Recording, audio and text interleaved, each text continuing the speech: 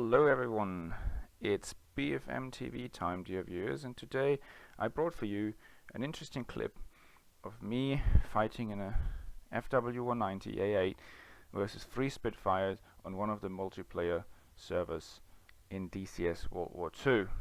I'm your host and instructor Killerfliege, and I hope you enjoy this little lesson. So let's quickly have a look at the initial situation. We have obviously one Spitfire off the nose, danger close, head on, coming at us. So in the first place, what we want to do is use the Fw190's superior firepower to use that head-on shot as an opportunity to maybe land critical hits on the target. So let's see how well this actually goes. Alright, so as we are taking aim, the Spitfire notices what we are about to do. So even with a slight rudder kick here to adjust our aim for his changed trajectory, we were not able to land any critical hits. But the most important lesson here is what's happening now. As you can see, our Spitfire, who is down here, has performed or is performing a very flat horizontal turn. He knows that he's got superior turn performance with his aircraft.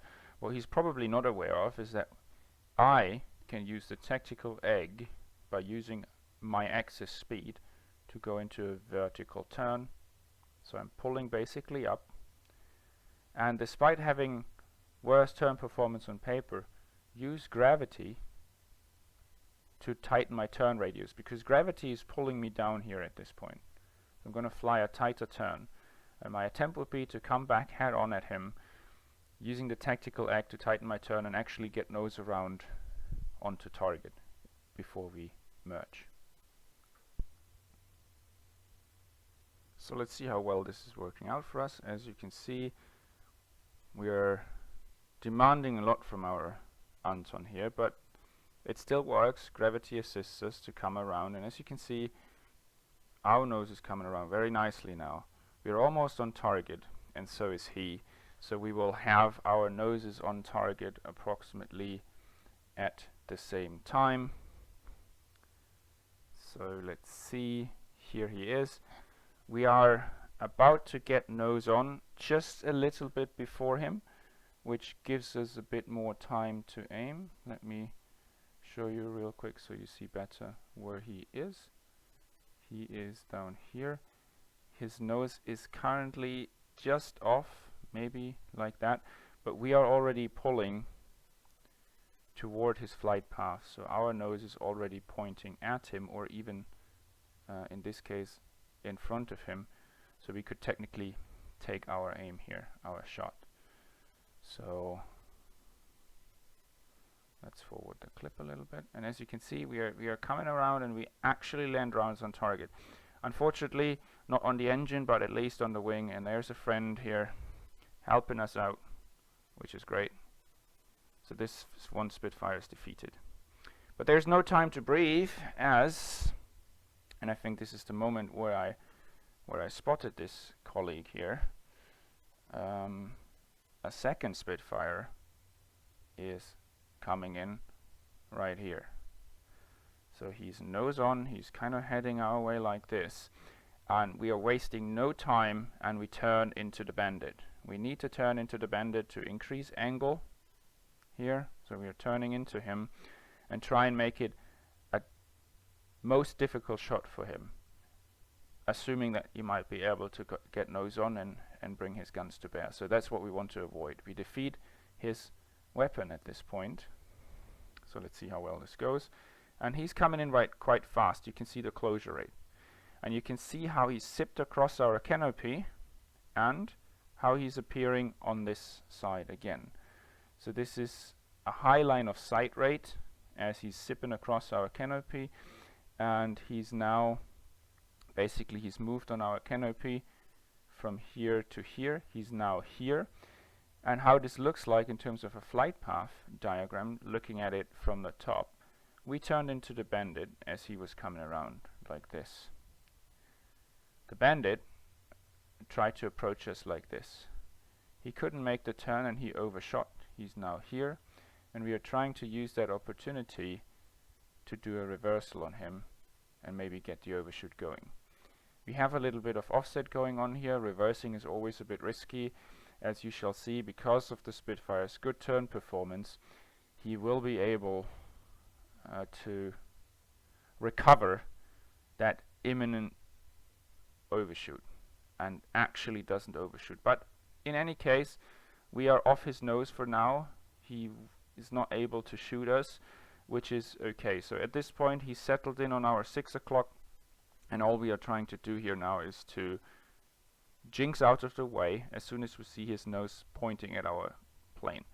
Because as soon as his nose is pointing at our plane, we assume that he's going to shoot, so that's the moment when we start to go defensive. And now we just used a Fw190 superior roll rate to confuse the Bandit. As you can see, he's had troubles following, and now he's coming down here from the top, and at this point he was unable to manage range, angle, and closure, and he's now overshot us. As he's up here, he's now finally in front of our 9 free line. He's up here and he's flying this way, and we are now obviously down here pulling up after him. We do have speed as we went downhill. We do have speed, so we keep pushing him. At this point we could also disengage. The Fw190 is faster, but we are here to play, so let's see how we do. Alright, so we are pushing after him, and we are converting our speed much more efficiently into altitude. And as you can see here, in terms of lift vector placement, we keep our lift vector, which is going roughly here through our canopy, we keep our lift vector pointed forward, more or less like this. It's a bit hard to draw, but in front of the Bandit at least. So we make the aircraft pull around. We again use the tactical egg to get a tighter turn radius simply by gravity. We are coming around, we get nose on target before he does, and this time we actually land good hits on the Spitfire. And again, no time to breathe, and the third one is joining the fray. So again, he's right on our 6 o'clock, and we are basically doing the same thing. However, we are slowly running out of options as the ground is coming much closer. So at this point we are just defeating the nose. We are trying to shake them off, trying to avoid them or deny them some gunshots, and it is working up until this point. For some reason I lost control over the aircraft. I've never experienced this kind of spin before, but at this altitude almost unrecoverable. Should have noticed it at this point and just bail out. I thought I might get it, but no, there is no recovery from this. So that's it, that's the fight. But you can see we damaged 2 Spitfires severely, and that in the inferior aircraft in terms of turn performance, and in all cases from a more or less defensive attitude. So I hope this lesson was enjoyable for you. You learned a little bit, and this is Killer Fliege out.